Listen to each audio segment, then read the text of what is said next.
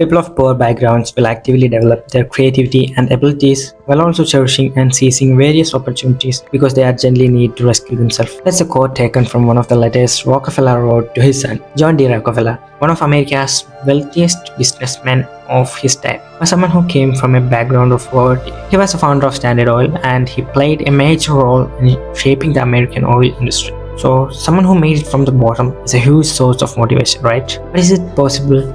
Or are you always going to stay broke your entire life? That's something we never even want to imagine. We are all living in the hope of achieving a better future.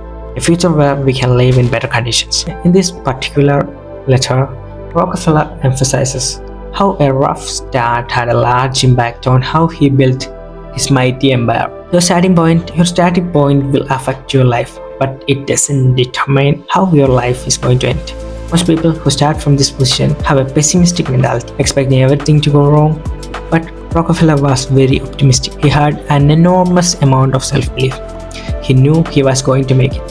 The amount of influence our minds have on our reality is insane. Whether you think you can or you can't, you're right in either case. His mentality of believing that he would figure things out, make it big, was what made him the man he became.